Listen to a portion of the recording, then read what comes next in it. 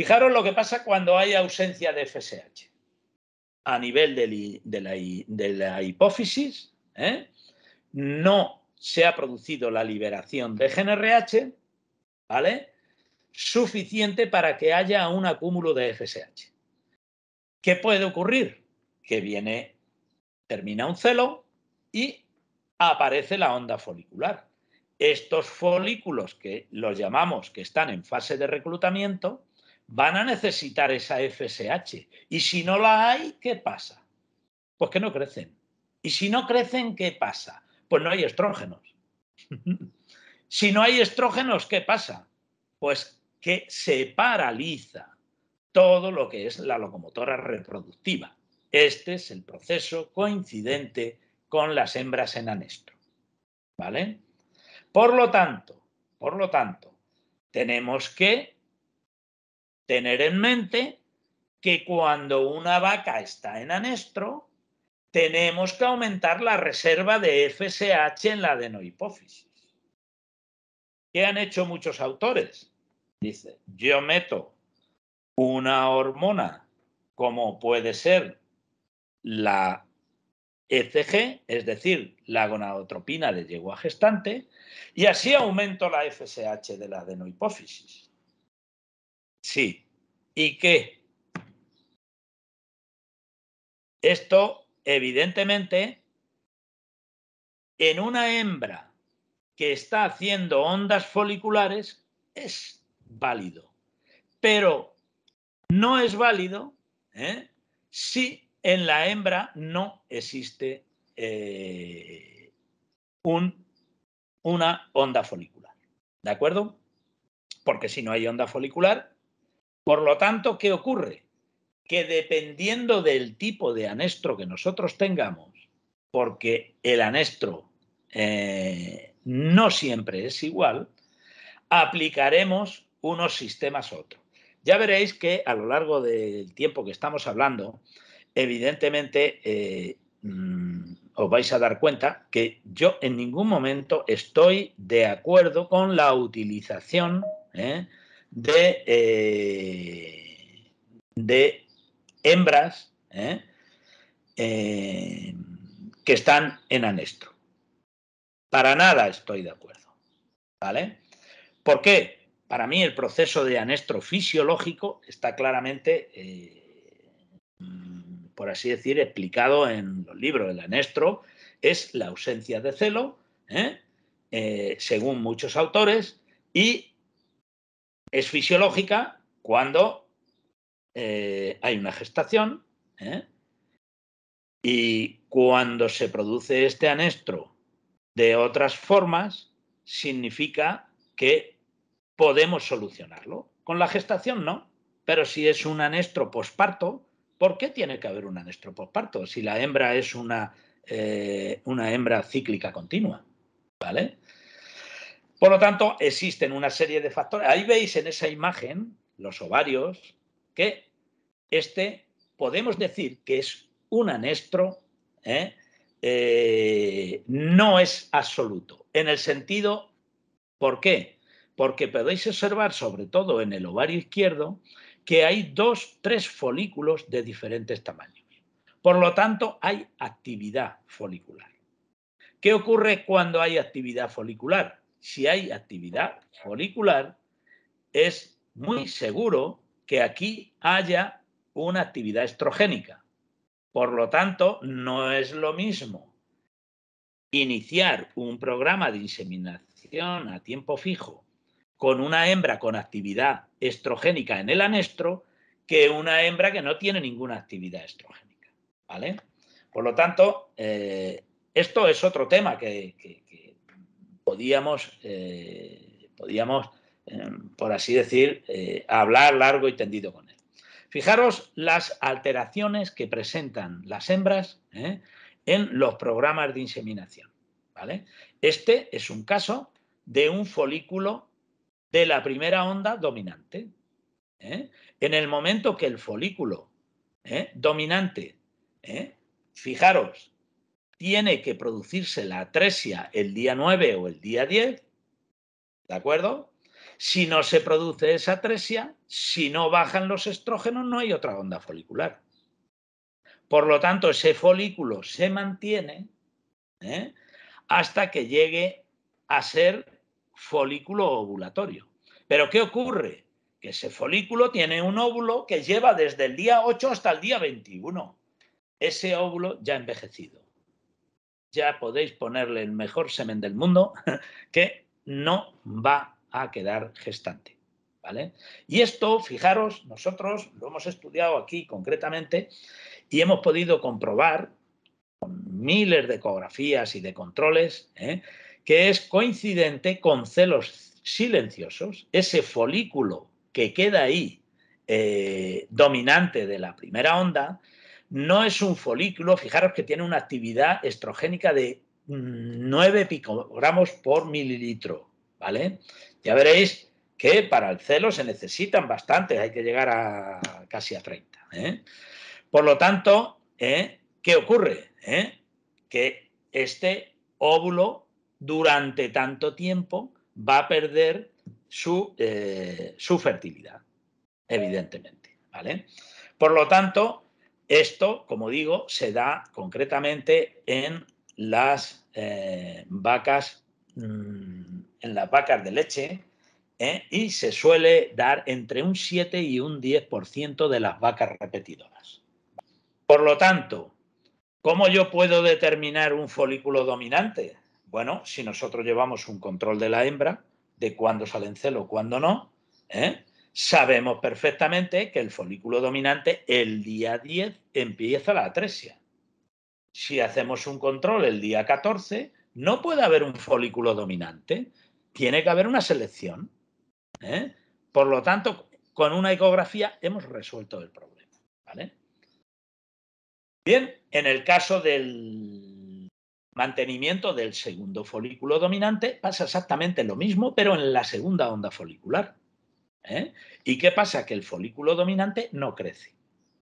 Y esto es muy típico de la inseminación artificial a tiempo fijo. Es decir, que el folículo va a llegar a dominante, pero para que se produzca la maduración completa del óvulo, tiene que producirse la ovulación. ¿De acuerdo? Por lo tanto, ¿qué ocurre? Que nos vamos a encontrar una actividad estrogénica relativamente baja que no va a ser suficiente para que la hembra salga en celo. Por lo tanto, vamos a tener ausencia de celo. Esto lo tienen muchas vacas de inseminación artificial a tiempo fijo que nosotros inseminamos, pero que no tienen sintomatología de celo. ¿Por qué no tienen? Porque el folículo ovulatorio no ha crecido lo suficiente como para tener actividad estrogénica y dar sintomatología de celo. Y aquí nos hemos encontrado muchas vacas productoras de leche, entre el 10 y el 15% con esta patología. Es decir, que aquí se hacen muchas GPGs, y bueno, pues este es el problema más grave que aparece. ¿Vale? Luego, otro tema que teníamos que hablar, y es que dentro de los programas de inseminación artificial a tiempo fijo, una de las estructuras claves desde el punto de vista bioquímico van a ser las prostaglandinas. ¿Vale? Esta prostaglandina se ha utilizado de forma, os diría, desde hace mucho tiempo, desde los años 90, de una forma muy generalizada, y se ha podido comprobar que por ellas mismas tienen o ocasionan procesos de sincronización que no son realmente viables. ¿Por qué? Por una sencilla razón. Porque existe una gran diversidad en la aparición de celos cuando nosotros aplicamos una prostaglandina. Y aparecen, como veis en la imagen de abajo, que si nosotros aplicamos una prostaglandina en un día concreto, no es lo mismo que si se lo aplicamos a una vaca que si se lo aplicamos a una novilla. ¿Vale? Es muy distinto. ¿De acuerdo? ¿Y esto qué significa? Pues significa que fijaros que imaginaros que nosotros tenemos una hembra que tiene un cuerpo lúteo y que tiene un folículo dominante. Aplicamos la prostaglandina, rompemos el cuerpo lúteo y el folículo dominante se va a transformar en folículo preovulatorio en 48 horas. Pero si nosotros aplicamos la prostaglandina a una hembra que no está en un folículo dominante, sino que se encuentra, por ejemplo, en la atresia de un folículo dominante, el celo va a aparecer entre 5 y 6 días posteriores. Por lo tanto, ¿por qué? Porque el folículo lleva su crecimiento normal. Tiene que hacerse ese folículo en selección, tiene que hacerse dominante, tiene que hacerse preovulatorio, tiene que ovular. Por lo tanto, hay una gran variabilidad en la aparición de celos cuando utilizamos prostaglandina. Y daros cuenta de una cosa, que os quede bien claro, que en todos los programas de sincronización que vamos a hablar ahora, todos, absolutamente todos, llevan prostaglandina. Y esta prostaglandina va a ser la que verdaderamente nos haga conseguir mejores porcentajes o peores. ¿Vale? Y luego vamos a ver por qué. Bueno, la prostaglandina, sabéis la función que tiene.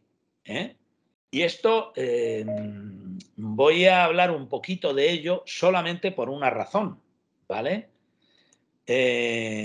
Voy a hablar por una razón porque daros cuenta que a nivel del programa que nosotros utilicemos de inseminación artificial a tiempo fijo, estas prostaglandinas van a tener una intervención fantástica, independientemente del sistema que sea. Pero con un sistema, por ejemplo, estrogénico, es evidente que van a actuar de una manera y con un sistema como la GnRH, la prostaglandina va a actuar de una forma diferente. ¿Vale? Por lo tanto, todo lo que viene aquí ya lo conocemos perfectamente. Madre mía, parece que se ha levantado ahora todo el mundo. Perdonad que estoy entrando y saliendo porque está entrando gente. ¿Vale? La función del cuerpo lúteo, pues ahí las tenéis. No me voy a dedicar a recordároslas porque, por una sencilla razón, porque todos la conocéis y que sepáis que, bueno, que estos cuerpos lúteos, nosotros vamos a intervenir en ellos para el programa de inseminación artificial a tiempo fijo. ¿Y cómo intervenimos? ¿Vale? Aquí viene el quid de la cuestión, ¿vale? Porque esto se ha tratado mucho, se ha estudiado mucho por mucha gente en América, en Europa, en todas partes, en Asia, en todos sitios se ha estudiado esto. ¿Cómo se produce la intervención de la prostaglandina a nivel fisiológico? Es decir, cuando se produce esta prostaglandina, concretamente en el punto clave fisiológicamente, que es a nivel del endometrio uterino. ¿Vale? Bueno, pues esta prostaglandina que llamamos endometrial, ¿vale? Va a pasar por difusión de la vena ovárica a la arteria ovárica. ¿Vale? La arteria ovárica va a llevar esta prostaglandina endometrial a el ovario y en el ovario va a ocurrir que, dependiendo si es una fase lútea temprana o tardía, se va a realizar un proceso diferente. ¿Vale? Bien, si es una fase lútea, podemos decir tardía, esta prostaglandina endometrial va a provocar secreciones pulsátiles, va a crear un mecanismo de intercambio de contracorriente vascular, que ahora lo veremos, ¿vale? Y en el caso que sea temprana, va a actuar a nivel de los receptores de estrógenos que están en el ovario. Pero no solamente de los estrógenos, sino también de los de oxitocina. Yo recuerdo cuando empecé a estudiar todo esto, cuando estaba en la universidad, que decían que ¿cómo es posible que el ovario libere oxitocina? Hoy lo sabemos todos perfectamente, precisamente por lo que estamos hablando aquí, y ha quedado perfectamente demostrado cómo se produce la liberación de oxitocina, no solamente a nivel de la actividad de la prostaglandina a nivel del endometrio, sino también a nivel de los receptores que existen en el ovario. Por lo tanto, fijaros que la prostaglandina endometrial va a tener dos formas de actuación, ¿vale? Y me diréis, coño, ¿por qué nos está contando esta historia este tío? Bueno, pues esto tiene que ver concretamente con los sistemas de sincronización de inseminación artificial a tiempo fijo que se están desarrollando cuando utilizáis o utilizamos los estrógenos como sistema de sincronización. Fijaros en qué consiste. Esta prostaglandina endometrial va a provocar a nivel ovárico, es decir, a nivel del cuerpo lúteo, 4 pulsos, ¿vale? Estos 4 pulsos, para eliminar el cuerpo lúteo, daros cuenta que hay un proceso de apostosis celular que, si os fijáis en el punto de la izquierda, que pone primer pulso, en el momento que llega esta prostaglandina endometrial, empieza el proceso de apostosis. Pero si os fijáis, donde pone estar, es donde se produce la regulación esteroidogenética, es decir, se precisa un aumento de los estrógenos, ¿vale?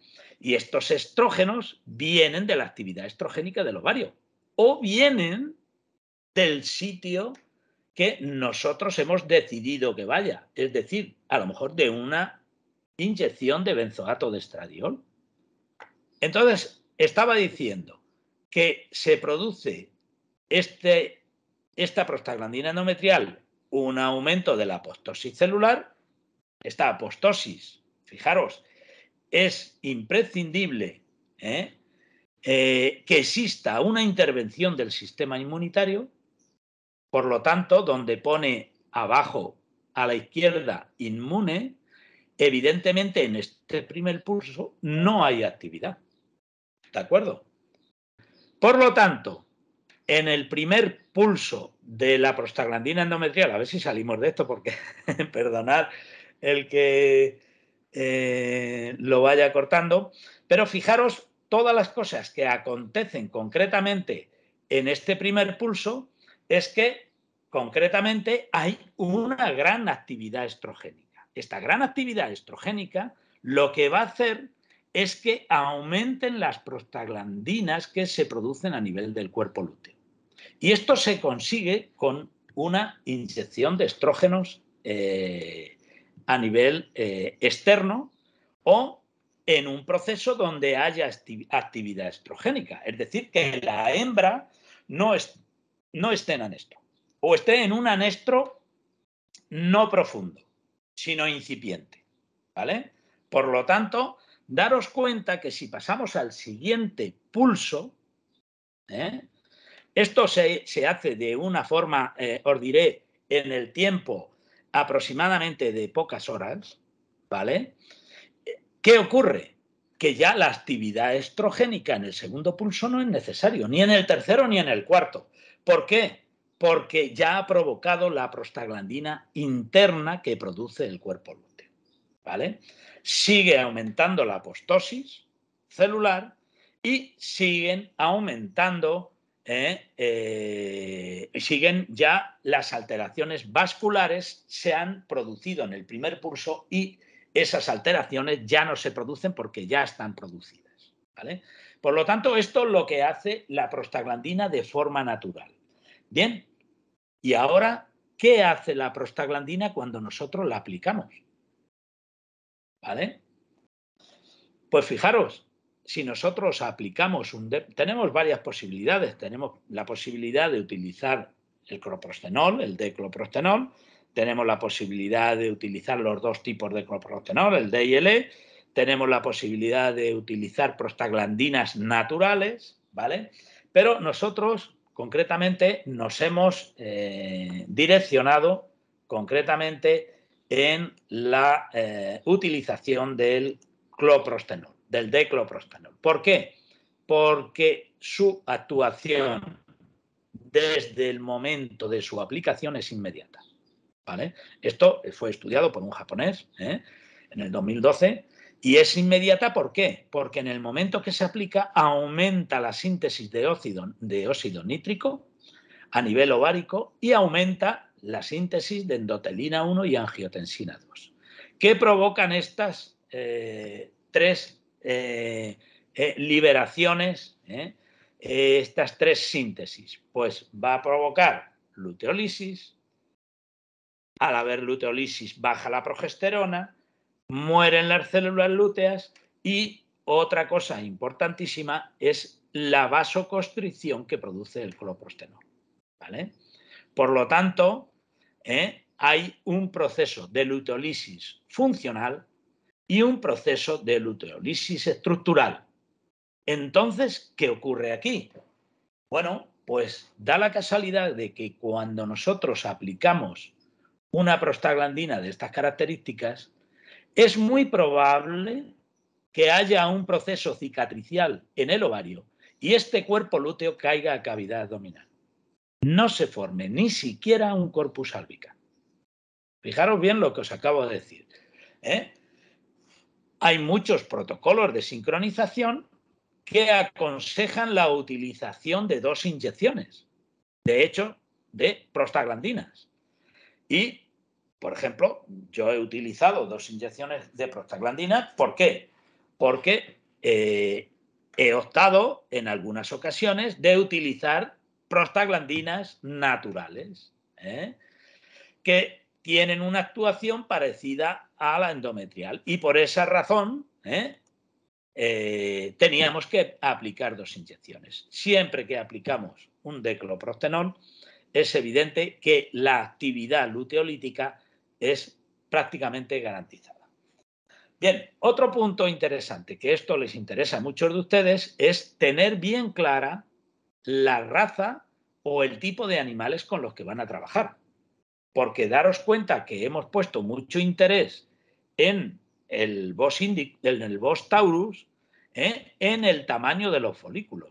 Pero des en cuenta que este es un trabajo que se presentó en la Asociación Europea de Transferencia de Embriones en el 2016, dejando bien claro que un folículo dominante, por ejemplo, en un animal procedente del Brahman, el folículo dominante llega a aproximadamente entre 6 y 7 milímetros. Sin embargo, el folículo dominante en el Holstein empieza a partir de 8 o 9. Esto es muy importante. Y el tamaño del momento de ovulación, fijaros, en el Brahman es de 11 a 13 milímetros y en el Holstein es de 14 a 18. ¿Vale? Por lo tanto, estamos hablando del folículo preovulatorio. ¿De acuerdo? Estos datos tenemos que tenerlos porque, evidentemente, en un programa de sincronización, esto hay que saberlo. Es decir, que las razas Brahman, todas van a tener una actividad. Me parece que hay aquí un estudio comparativo de cuánto dura el ciclo estral, el número de ondas que se producen por ciclo, que es ligeramente superior en el Brahman que en el Indicus, que en el Taurus, perdón. Fijaros, otra serie de datos muy significativo, que es el número de folículos antrales ováricos. ¿Esto qué hace? Pues todos estos datos que podéis ver aquí nos dan una idea de que la actividad reproductiva del Bos indicus está mucho más acelerada que en el Bos taurus. Y esto es interesante a nivel reproductivo, sí, ¿vale? Pero también a mí me gustaría dejar una cosa clara. Nosotros, concretamente en el centro en donde trabajamos aquí, nosotros hemos estado sacando embriones a vacas con 26 años. Concretamente, es muy difícil. Y diréis, coño, ¿y dónde llegan esas vacas? Aquí hay un tipo de vaca, que es la vaca de Lidia, que es una vaca que se muere de vieja en la finca, ¿de acuerdo? Entonces, ¿qué ocurre? Que estas vacas tienen una reserva de folículos a lo largo de toda su vida reproductiva. Probablemente estas vacas Brahman es muy posible que su actividad reproductiva no sea muy larga desde el punto de vista de años, ¿vale? Bien, fijaros que hay otra serie de datos desde el punto de vista reproductivo de el pico de estradiol, de la duración del celo, de la progesterona circulante, de la insulina, de la FSH, es decir, todos estos datos son significativos a tener en cuenta entre las diferencias de unas hembras u otras.